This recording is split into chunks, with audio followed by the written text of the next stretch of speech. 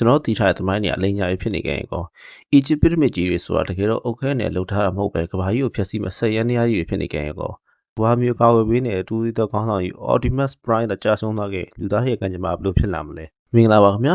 Frame Flash YouTube Channel ကနေပြီးကြိုဆိုလိုက်ပါတယ်ဒီနေ့မှာတော့ Michael Bay ရဲ့မိုက်ဆက်လက်ရတစ်ခုဖြစ်တဲ့ Transformers Revenge of the Fallen ကိုတင်ဆက်ပြပြပေးသွားမှာဖြစ်ပါတယ်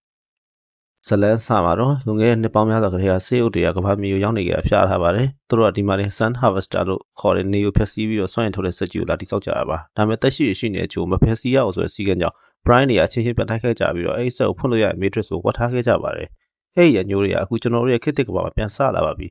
အခုလက်ရှိချိန်မှာတော့ Autobots တွေနဲ့လူသားစစ်တပ် Nurse တို့အားကမ္ဘာနဲ့မပုံနေတဲ့ Decepticon တွေလိုက်လိုက်နှိမ့်နှင်းနေတာနှစ်နှစ်ရှိပါပြီရှန်ဟိုင်းရဲ့တိုက်ပွဲမှာကျွန်တော်တို့ကြိုက်ဆုံး Sideways ရဲ့အမိုက်စား target တွေကိုစတွေ့ရပါပါဒါပေမဲ့အဓိကပြဿနာကတော့ BGG နဲ့ Demolisher ပါသူ့ Optimus Prime ကအဆုံးသတ်လိုက်တဲ့အချိန်မှာ The Fallen ပြန်လာတော့မယ်လို့သတိပေးသွားပါတယ်ဒါလွန်ခဲ့တဲ့နှစ်ပေါင်းများစွာတည်းက Pyramid တွေထဲမှာဝှက်ထားခဲ့တဲ့အကောင်ကြီးပြန်ထားရတော့မယ်နမိတ်ပါပဲတစ်ဖက်မှာတော့ Sam ကစေုပ်တွေနဲ့ဝေးရကောလေးမှာအေးစစ်စစ်နေချင်နေပါတယ်။ဒါပေမဲ့သူ့အင်ကြီးတဲ့ Ospac ဘိုင်းဆောက်ကိုင်းပြီးရာနေသူ့အုံနောက်ထဲကိုရှေးအောင်စေုပ်ဆက်တာတွေအကုန်ရောက်ကုန်ပါတယ်။အိမ်ကမြို့ကြောင်သောပစ္စည်းတွေကလည်းလူသက်စေုပ်လေးတွေဖြစ်ကုန်လို့ဘီးလို့လာခဲ့ရပါသေးတယ်။နောက်တစ်ခါမှာတော့ Decepticon တွေကလည်းကွက်ကြရစီစဉ်နေအောင်တွေ့ရပါတယ်။သူတို့က Ospac ဘိုင်းဆောက်ကိုခိုးပြီးတော့ပင်လေရေအောင်မီတာ9000အနက်မှာရှိတဲ့ Megatron ရဲ့အလောင်းကိုသွားဆဲကြပါတယ်။ The Doctor ဆိုတဲ့စေုပ်လေးက Decepticon တစ်ကောင်ကိုတက်ပြီးတော့သူ့အစိတ်ပိုင်းနဲ့ Megatron ကိုပြန်ရှင်အောင်လုပ်လိုက်ပါတယ်။ Megatron ကနိုးလာနဲ့အာဂါတာတွေကသူ့ဆရာ The Fallen စီကိုတတ်တွေ့ပြီးလီယိုဖျက်ဆီးမဲ့စက်ကြီးကြောင်ပြန်ဖွင့်ဖို့တိုင်ပင်ကြပါတော့တယ်။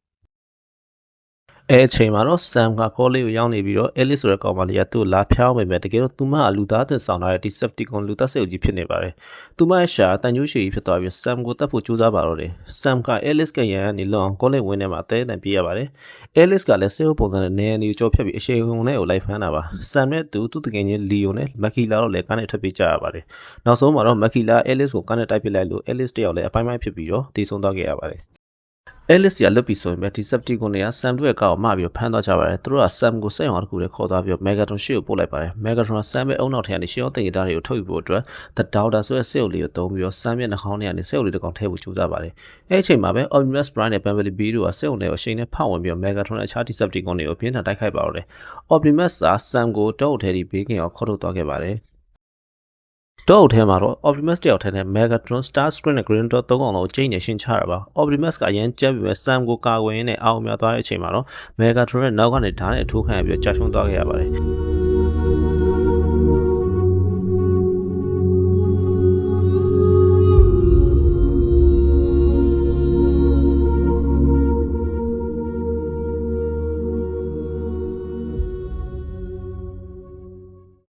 ကဘာကြီးကမဲ့သွားချိန်မှာတော့ The Fallen ကဘာတော်ဗီဒီယိုလမ်းလွှင့်ပြီးတော့ Sam ကိုသူတို့လက်ထဲကို F4 ချိတ်ချောက်ပါတော့တယ်။ Optimus ကိုပြန်ရှင်အောင်လုပ်ဖို့အတွက်နည်းလမ်းတစ်ခုပဲရှိပါတယ်။အဲ့ဒါတော့ Matrix of Leadership ပါပဲ။ Optimus ကိုပြန်ရှင်အောင်လုပ်ဖို့ Sam တို့ဖွဲ့ရာ Agent Simon ရဲ့အကူအညီနဲ့ Smithsonian ပြတိုက်တဲ့ဆေးအိုကြီး Jetfire ကိုသွားနှိုးပါတယ်။ Jetfire ကရှေးအောင် Decepticon တစ်ကောင်ဖြစ်ပေမဲ့အခုတော့ Autobots တို့ဘက်ကပါ။ဆေးအိုကြီး Jetfire ကသူ့ရဲ့ကြံရှိနေတဲ့စွမ်းရည်တွေကိုသုံးပြီးတော့ Sam တို့ရဲ့အဖွဲ့ကိုအီဂျစ်နိုင်ငံရှိကိုတခဏချင်းတယ်လီဖုန်းလုပ်ပြီးတော့ပို့ပေးလိုက်ပါတယ်။အဲ့ဒီနောက်မှာတော့ Jetfire ကသူတို့ Matrix of Leadership ကြောင့်ရှင်းပြပါတယ်။ Sam တို့ဖွဲ့ရအခုဆိုရင်အီဂျစ်ရဲ့ပူပြင်းလှတဲ့တဲခံရတဲ့မှာရှေးအောင် Prime တွေဖွက်ထားတဲ့ Matrix ကိုအချိန်မနှောင်းခင်ရှာရတော့မှာ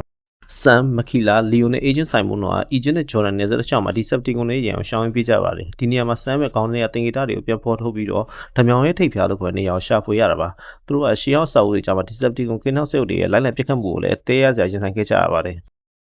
နောက်ဆုံးမှာတော့သူတို့က Petra မြို့ကကြောက်တော်ကြီးတွေမှာဝတ်ထားတဲ့ Prime ကြီးကို9ရောက်တင်းကျပ်ကိုတွေ့သွားပါတယ်။အဲ့ဒီကူထဲမှာ Prime ရဲ့ရုပ်လောင်းတွေက Matrix ကိုသူတို့ရဲ့ခန္ဓာကိုယ်နဲ့ဝိုင်းပတ်ပြီးကာကွယ်ထားကြတာပါ။ Sam က Matrix ကိုကန်တဲ့အချိန်မှာပဲနှစ်ပေါင်းများစွာကြာနေပြီဖြစ်တဲ့ Matrix ကဖုံးဖုံးတွေဖြစ်သူတစားကြီးကျွေးကျသွားပါတယ်။ Matrix ကဖုံးဖုံးတွေဖြစ်သွားလို့အားလုံးစိတ်ပြတ်သွားတဲ့အချိန်မှာ Sam ကတော့ရှုံးမပေးခဲ့ပါဘူး။ဒါအကြောင်းပဲသက်သက်ဖြစ်လာမှာမဟုတ်လို့ယုံကြည်ပြီးတော့အဲ့ဖုံးဖုံးတွေကိုသူ့ရဲ့အိတ်ထဲကိုအသေးချာထည့်ယူခဲ့ပါတယ်။ဒီဖုံဖုံးတွေကပဲ Optimus ကိုပြန်ရှင်အောင်လုပ်နိုင်မဲ့တခုတည်းသောမျှော်လင့်ချက်ဆိုတော့သူနားလည်ခဲ့ပါတယ်။ Matrix ဖုံဖုံးတွေကိုရပြီဆိုတော့သူတို့က Optimus ရဲ့အလောင်းရှိရာ Nazcan စီကိုတဲကန်နိုင်အလျံနေဖြတ်ပေးရပါတော့တယ်။တစ်ဖက်မှာလည်း Megatron နဲ့ Decepticon စစ်တပ်ကြီးကသူတို့တပ်ဖို့အားလုံးဝိုင်းထားပြီးသားပါ။အီဂျစ်ရဲ့တဲကန်နိုင်အတဲမှာတော့ Nurse အဖွဲ့နဲ့ Decepticon တွေအပြင်းထန်တိုက်ပွဲဖြစ်နေကြပါတယ်။တိုက်ပွဲရှင်တက်နေတော့မှ Decepticon တွေအကြောက်ရဆုံးလက်နက်ကြီးပေါ်လာပါတယ်။အဲ့ဒါကတော့စောက်လို့ရင်30ရန်နဲ့9ခုပေါက်ဆက်တာတဲ့ Devastator ကြီးပါ။သူကရန်အောင်ကြီးမလို့တာမန်စေုပ်တွေကသူ့6လောက်ပဲရှိပါတယ်။သူ့ရဲ့ပါဇက်ဟာလည်းကျိတ်ဆက်ကြီးတစ်ခုလိုဖြစ်နေပြီးတော့လမ်းမှာရှိသမျှအရာအားလုံးဝိုင်းအောင်ဖျက်ဆီးပစ်နိုင်တဲ့တော်တော်ကြီးပါ။ Devastator ကြီးအီဂျစ်ပီရမစ်ကြီးတစ်ခုပေါ်တက်သွားပြီးသူ့ရဲ့အားကောင်းလာတဲ့စုပ်ခွက်တွေလက်သေးတွေနဲ့ပီရမစ်ရဲ့အပေါ်ကျောက်တုံးတွေကိုတစားစီခွာချပစ်လိုက်ပါတယ်။အဲဒီခါမှာတော့ပီရမစ်အတွင်းမှာနှစ်ပေါင်းတန်းချီဝတ်ထားတဲ့ Sun Harvester စက်ကြီးပေါ်လာပါတော့တယ်။ဒီစက်ကြီးကနေမစ်စီစွမ်းရည်တွေကိုစုပ်ပြီးတော့ energy ထုတ်ဖို့အသင့်ဖြစ်နေတဲ့ကမ္ဘာပြလက်နက်ကြီးတစ်ခုပါ။အဲဒီနောက်မှာတော့ Agent Simon တောင်းဆိုချက်အရ American ရေတပ်အလို့လက်နက်ဖြစ်တဲ့ Ray Gun အမြောက်နဲ့ Devastator ကြီးကိုပစ်ခတ်ဖျက်ဆီးလိုက်ပါတယ်။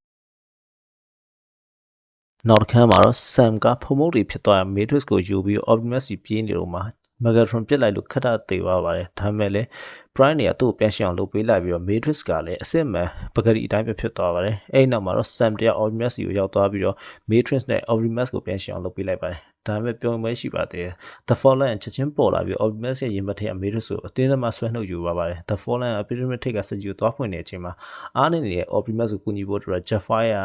ငါ့ရဲ့အစိပ်ပိုင်းတွေယူပါဆိုပြီးသူ့ကိုယ်သူအနစ်နာခံလိုက်ပါတယ် John နဲ့ Richard တို့က Jetfire အစိပ်ပိုင်းတွေကို Optimus နဲ့အမြဲဆုံးပေါက်ဆက်ပေးလိုက်ပြီးတော့အဲ့ဒီမှာလည်းကျွန်တော်မြင်ချင်နေတဲ့ Jet Power Optimus Prime ဖြစ်တော့ပြောင်းလဲသွားပါတယ်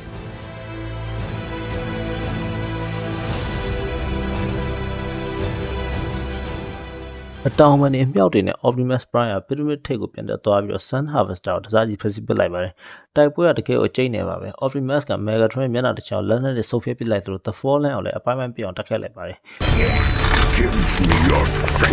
your face လို့အော်ပြီးတော့ The Fallen ရဲ့မျက်နှာကိုခွာချလိုက်တဲ့အခါတကယ်ကိုကြမ်းတမ်းပါတယ်။နောက်ဆုံးမှာ The Fallen ရဲ့ရေဘတ်ထဲကိုလက်သီးလုံးပစ်ထည့်ပြီးတော့ဖောက်ပစ်လိုက်ကတိုက်ပွဲကိုဆုံးသက်လိုက်ပါတယ်။တိုက်ပွဲပြီးမှာတော့ Megatron ကဒါအဆုံးသက်မဟုတ်သေးဘူးလို့ကြုံသွားပြီးတော့ Starscream နဲ့အတူထွက်ပြေးသွားပါတယ်။နေမင်းရဘေးကင်းသွားပြီးတော့ကဘာကြီးကတစ်ခါပြန်ပြီးတော့ငြိမ်းချမ်းသွားပါတော့တယ်။ Optimus Prime ကတော့လင်းနေသဘောမှာရပ်ပြီးလူသားနဲ့ Autobots တွေမဟာမိတ်ပြုကကဘာမီကိုခေါ်ခဲ့သွားမယ့်အကြောင်းသူတို့ကဒီမှာနေရှင်းနေမှာဖြစ်တဲ့အကြောင်းပြောရင်းနဲ့ပဲဇလန်ကပြီးဆုံးသွားပါတယ်။ဒီနေ့ဗီဒီယိုလေးကိုဆုံးထိကြည့်ပေးတဲ့အတွက်ကျေးဇူးအများကြီးတင်ပါတယ်။နောက်အပတ်ဒီမှာလည်းစိတ်ဝင်စားတဲ့ရုပ်ရှင်တွေနဲ့ပြန်လာခဲ့ပါမယ်။ကျွန်တော်တို့ရဲ့ YouTube channel လေးကို like and subscribe လေးလုပ်ထားဖို့မေ့နေအောင်နော်။